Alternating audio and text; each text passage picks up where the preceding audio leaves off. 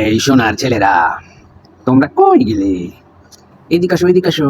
এটা কয় রান করিস? হিসাব দিয়ে যাও, আমার হিসাব দিয়ে যাও। কুদ্দুস, লিটন কুদ্দুস, দাঁড়া, তুই কত রান করছিস? কাকা, আমি 14 রান করেছি 15 বলে। একটু দেখে দেখে খেলতে চাইছিলাম, কিন্তু কাজ হল না, আগেই আউট। গোলাম কুদ্দুস, তুমি দাঁড়াও। কাকা, কাকা, আমি 20 রান করেছি 13 বলে। কাকা, আমার ক্যাপ্টেন, বাবা ক্যাপ্টেন, তুমি কত রান করিছো? দেখেন কাকা, আমি তো করতে চাইছিলাম যে দেখে দেখে খেলবো, কিন্তু কাজ করতে পারিনি।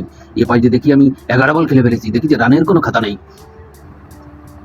সাকিব, সাকিব বাবা, তুমি কত করেছো? আব্বা, আমি 12 বলে 6 করেছি আব্বা। সাব্বাস বেটা সাব্বাস।